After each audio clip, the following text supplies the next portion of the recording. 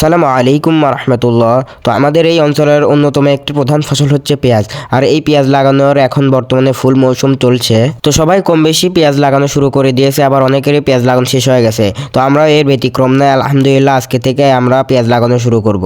তো গতকালকে আমরা পেঁয়াজ লাগানোর জন্য দানা উঠিয়ে রাখছিলাম এবং উঠিয়ে আমাদের ওই জমিতেই দুইটা পালা দিয়ে রাখছিলাম। তো আমরা আটি বেঁধে কাটছিলাম না, তো সকালবেলা আজকে এসে ওই আটিগুলো সুন্দরভাবে কেটে বস্তায় ভরে নিয়েছিলাম। তো এবং ওইটা এখন নিয়ে যাবে লাগানোর জন্য। তো আমরা শুরুতে যে নাঙল দিয়ে লাল টেনে পিচ লাগাচ্ছিলাম, তো ওই নাঙল দেখলাম একটু ঘন। তো পরবর্তীতে আমার আব্বু বললো যে বাসায় গিয়ে একটা পাতলা নাঙল আনার জন্য। তো পরবর্তীতে আমি বাসায় গিয়ে পাতলা নাঙল নিয়ে আসলাম। তো নিয়ে আসে দেখলাম যে আমাদের পেঁয়াজ লাগানো মোটামুটি অনেকটাই এগিয়ে গেছে। তো এখানে যে মাঠে দেখতে পাচ্ছেন, এই মাটিতে এক চাষের লাগাচ্ছে, এই জন্য মানে লাগানো তেমন একটা ভালো হচ্ছে না এবং সময়ও বেশি লাগতেছে। তো এই জমিতে একটা চাষ দেওয়ার কারণ হচ্ছে এই জমিটা নরম ছিল, তো সেই জন্য এখানে এক চাষ দেওয়া হয়েছে। তো পরবর্তীতে আমি একটা নাঙল নিয়ে আসছিলাম আমাদের এই দানার জমিতে দানা উঠানোর জন্য।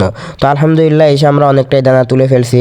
এখানে মূলত আমি এবং আমার বড় ভাই দানা তুলতেছিলাম এবং প্রায় 12 জনের মতো পেঁয়াজ লাগাচ্ছিল। তো আমরা আজকে লোকজন পাই না লাগানোর জন্য, কারণ যেহেতু আমাদের এই অঞ্চলে বর্তমানে একদম পেঁয়াজ লাগানোর ফুল সিজন চলতেছে, তো সবাই লাগাচ্ছে, সেই জন্য লোকজন পাওয়া যায় না আর কি। তো আমাদের এই পেঁয়াজগুলো প্রায় 3 দিনের মতো লাগানো লাগবে, কারণ আগামীকালও ইনশাল্লাহ লোকজন তেমন একটা পাওয়া যাবে না, ওই 10-15 জনের মতো পাওয়া যাবে। তো আমরা ইনশাল্লাহ 3 দিনের মধ্যে আমাদের এই পেঁয়াজগুলো লাগায় শেষ করে দেবো ইনশাআল্লাহ। তো এখানে আমার আব্বু এসে দানাগুলো নিয়ে যাচ্ছিল। তো পরবর্তীতে আমরা দুপুরের খাওয়া দাওয়া শেষ করে এবং ভাত নিয়ে এসে এখানে আসছি দানা তোলার জন্য। তো আলহামদুলিল্লাহ আমরা এসে যাতে আগামী দিন লাগানো যায় সেই জন্য দানা তুলে রাখতেছিলাম। তো দানা তুলে সুন্দরভাবে বস্তায় ভরে বাসায় নিয়ে যাচ্ছিলাম। তো যাই হোক, আমাদের জন্য দোয়া করবেন। আসসালামু আলাইকুম।